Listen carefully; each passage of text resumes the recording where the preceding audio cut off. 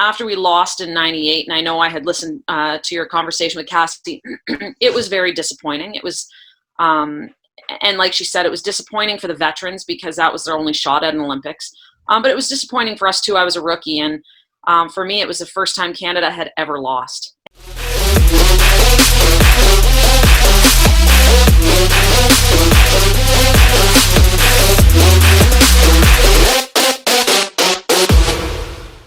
Hello, everybody. Welcome to episode 29 of the Underrated Podcast, the podcast where we talk to you about sports and rant about a bunch of stuff that we think should be ranted about. Before we get into the episode, I just want to let you guys know we got T-shirts. We have T-shirts now. Yes. If you guys are interested in maybe, purchasing a little bit of merchandise, we might get started with that. So let us know in the comments or DM us on Instagram. We are always open to any ideas. So let us know if you guys or on Twitter. If you don't have Instagram, we do have Twitter as well. I'm not wearing it. I'm wearing a Predators jersey because I forgot the memo. So, whoops. So if you guys are interested in merchandise, DM us on Instagram. If you guys leave it in the comments, and we will get that started. So today we have a special guest, another Canadian Olympic gold medalist, 3-time Olympic gold medalist, 4-time world champion, and Brown University graduate, Becky Kellar. Thank you so much for coming on. Thanks for having me. It's amazing because now we've had 2 Canadian gold medalists. We had Cassie Campbell-Pascal on the other day. I think that was episode 28, so this is right afterwards, which is pretty cool. And I just forgot to mention before we start that we actually, as soon as we started recording this, we reached 100 subs. Thank you guys for 100 subscribers. That's pretty crazy, honestly, just starting off. Small, not even 30 episodes in. It's pretty crazy. So thank you guys a lot. But how are you? I'm doing well. Just trying to stay busy in all of this, and it's obviously a little bit different time than normal. So my schedule's a little bit different than it normally would be.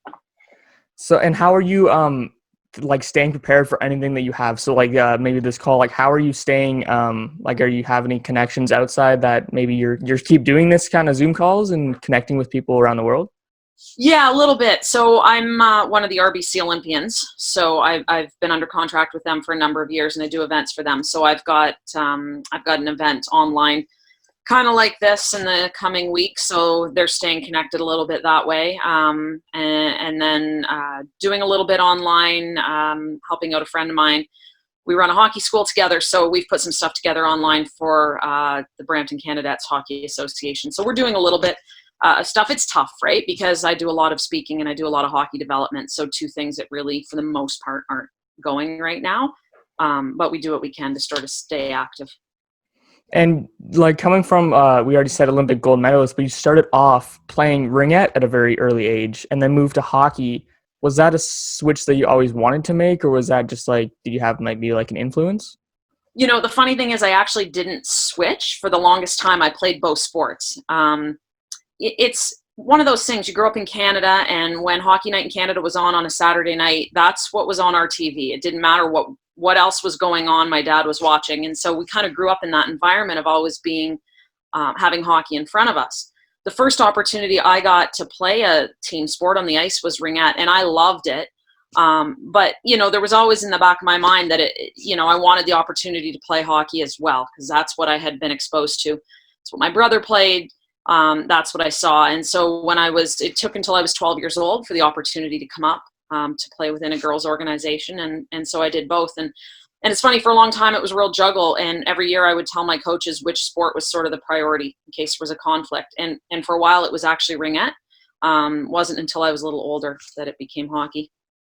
So was maybe the people around you and the stuff that you're watching on TV one of your biggest influences to focus on hockey?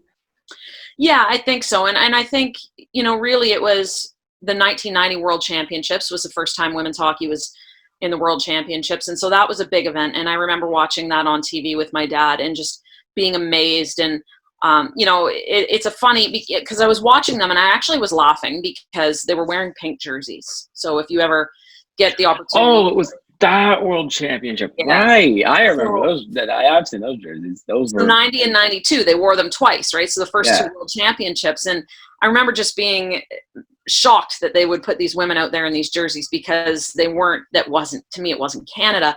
But I remember my dad saying to me, would you wear it if they ask you? And I was, obviously, of course I said, I was all very serious in that moment. He asked me, I said, I don't care what color it is. That's what I want to do. And so I think the 91 had a big impact on me because it was the first time I really had seen women's hockey at a high level. Nice. So, and then you, along with our previous guest, Cassie Campbell-Pascal, won your first gold medal in 2002. Was that an ongoing dream since you started playing hockey? Yeah, well, it wasn't announced until I believe it was 94 that women's hockey would even be in the Olympics. So, I mean, I can't honestly say it was a dream growing up because it wasn't something that was out there. And once they announced it in 94, obviously it became kind of a focal point, thinking that it was, far off in the future, but something that I wanted. After we lost in 98, and I know I had listened to your conversation with Cassie, it was very disappointing. It was, and like she said, it was disappointing for the veterans because that was their only shot at an Olympics. But it was disappointing for us too. I was a rookie, and for me, it was the first time Canada had ever lost. And so to be a part of that was tough. So I think going into 2002, we had a real fire lit under us because, we didn't want to repeat what had just happened. All right, nice. So after the Olympics, when you retired from international hockey, how tough was that decision? And do you have any regrets from it? You know what? I don't. I was ready. I think it was the right time for me. And I think most athletes know that when that time comes. I think I'm fortunate because not everyone gets the opportunity to pick when their retirement is. Sometimes you get released before you're ready for that moment. But I had been in it for a long time. I had started my family. So I had 2 boys. So by the time the 2010 Olympics rolled around, I had a 3-year-old and a 5-year-old. They had moved to Calgary with me to train. My parents came in and helped. We were all living in a house together, and my husband had to stay in Ontario to run his business. So it was a real challenge that year, and definitely worth it. I'm glad I did it. I think everyone that supported me was glad that I had done it, but definitely it took its toll too. And so I was ready to take a step back and focus on other things. And going back, were the Olympics, like in general, something you put hard work into? Yeah, I mean, it's really your focal point for 4 years, right? It's after an Olympics, you got 3 years of world championships, and they're each in and of themselves very meaningful. But the real focal point is the Olympics. It's sort of the big deal. And, so as a team and as an individual, we did a lot from, 4-week boot camps where they took us and kind of isolated us, and we worked out from 7 a.m. till almost 9 p.m, and on ice and off ice. To centralizing, relocating to Calgary, which obviously was a big commitment for anybody that lived outside of Calgary, which was the bulk of the team. So, there's a lot that goes on. It's like an iceberg, right? Where most of it's below the surface. And I feel like that's what the Olympics are like. For us, it's only 17 days, but it's months and years of preparing. And before retirement, you were actually inducted into the Browns Sports Hall of Fame, or Browns Academy Sports Hall of Fame, in 2005. Was that also a big moment in your career? This was after you first won your gold medal. So was that another big moment in your career? Yeah, I mean, it's always nice when you get recognized individually, and certainly that's not the reason behind anything we do in terms of a team sport, but it's a nice recognition. And my 4 years at Brown were had a big impact on my career, I think, in terms of my personal development as a player and as a person. And I loved it. Absolutely loved my 4 years there, and had the opportunity to play softball as well. So I think having that honor and being able to go back to see my former coach and some of my former teammates, it really was great. And we've seen you on YouTube a couple of times, because now you're a spokesperson and a keynote speaker at multiple maybe schools or like hockey academies. Can you explain to the audience like a bit about what the topics you maybe discuss at those different times when you speak to thousands of people? Yeah, absolutely. So, I mean, it depends. Sometimes I'll be at a speaking engagement where they specifically ask for certain content, but for the most part, it's about the Olympic journey, not about the Olympics. Like I said, the Olympics are 17 days, and it's the reason behind the journey, and it's an amazing 17 days, but it really is the time spent before that is what makes it so meaningful. And so it's largely about the journey and the obstacles that we have to overcome. And sometimes you look at the women's Olympic hockey team, especially in that era, and it seemingly is all success, but we really did have a lot of failures along the way and things that we had to learn from and grow to get better. And I know I have a teammate that often says it's not about going for gold, it's about growing for gold, right? And figuring out how each day you can do something that makes you a better person, a better player. And then you mentioned the obstacles going in the Olympics. What kind of obstacles did you experience maybe going into your first, second, or third, even fourth Olympics? Well, each one was different. I think for the first Olympics, I was a rookie. I had come in kind of completely as an unknown into the program. So for me, that particular season was really just about improving every day so that I was good enough to make the team. You fast forward into 2002, and I know Cassie had talked about it. We had a very challenging year. We lost every game to the U.S. in exhibition play leading into the Olympics. Excuse me. So we were 0-8.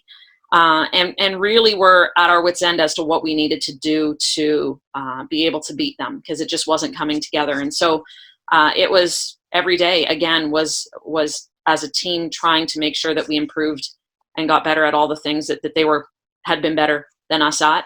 And then going, fast forward into 2010, where I was at the end of my career. And again, the big focal point for me was making the team. And it's tough because we centralize in Calgary. We relocate there at the beginning of August, but they don't actually select the team until middle of December.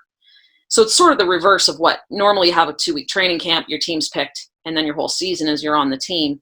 We were the opposite. We were all season in tryouts, and then you really only spend a very small percentage of the season named to the team. Nice. So, of course, you started a hockey development program along with your teammate. Was that your way to kind of give back to the hockey community? Yeah, I think, we both have a passion for it. I think we love being around the kids. Our own kids have come up through our hockey schools. And, we started it in 2002 after the Olympics. And it was also because we had grown up without some of those opportunities. Women's hockey was sort of newer at the time. And if you wanted to go to a hockey camp, if you were allowed, you would go to a boys' camp. And so most girls, I think, appreciate being in an environment where it's all girl hockey players. And so we were one of the first in our area to offer a girls hockey school. And so that was part of it too. And we've been doing it ever since. If things open up, we'll be doing it again this summer. If not, and hopefully return next summer. But and for me, actually, it's funny because I have 2 sons. So we run this all-girls hockey school, and we'll have approximately 70 kids at our summer program, and we will have about 64, 65 girls and like 4 or 5 boys, which would be my sons and Cheryl's nephews. So they kind of get the reverse experience that I got. So it's kind of a funny twist on things. And do you feel nowadays should young girls in women's hockey be more recognized? Not only the expansion of the NWHL to Toronto, but do you think there should be more opportunities for young girls in women's hockey? Yeah, well, I mean, I've seen it come so far too. So keep in mind with youth sport hockey in Canada, and then the NCAA opportunities that have grown exponentially from when I was there to the youth programs, private schools and hockey academies and things like that. So it has made strides and leaps and bounds. And I think Cassie spoke to it in her interview about the Professional Women's League and sort of that being the next step, and hoping that we get to a point where the NHL can kind of step in and a league can grow from that. Because I think, like Cassie had said, 23 women make the national teams, each national team around the world. And so that doesn't offer a lot of opportunity, and there's so many high caliber, talented players out there. So it would be nice to see, and it's great hockey to watch. Like I would watch the CWHL before it had folded, and I mean, I would think easily as good a hockey to watch as watching an Olympic final. Yeah, and especially, sorry, I'm going to continue here about the CWHL. I've seen the CWHL a few times, and of course, and before that, I had followed the social media for the NHL teams, and it seems like the NHL teams and the social media ownership seem to grasp, like the Canadian teams just seem to grasp on their CWHL counterparts, and the NBA has done something similar to that by, of course, having the WNBA. So it'd be interesting to see if the NHL kind of follows along with the trend, or do they just continue going with the NWHL? Yeah, now I don't believe that the NHL has any affiliation with the NWHL. So I think that's the hope of most of the high-level caliber players, is that that affiliation can be made in a new league. Again, for me, I'm not actually directly involved right now. I'm more of a fan of the game, and so it was disappointing when the CWHL folded, because it was in this area for girls playing hockey in Canada. It was a great opportunity for them to see some of their hockey heroes and not have to wait for World Championships or an Olympic Games to roll around. They could actually, drive down to the rink in Toronto and watch them play. So I'm hopeful that happens again. Not necessarily, obviously, for me, I'm done, but for the young girls growing up that have that dream.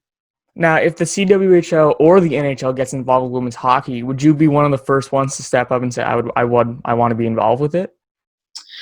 Yeah, maybe. I mean, I'm enjoying working with kids, so if the opportunity presented itself and it was the right opportunity, possibly. I mean, I do love the high level of the sport, but I also love being on the ice and helping the young kids and seeing them grow and develop.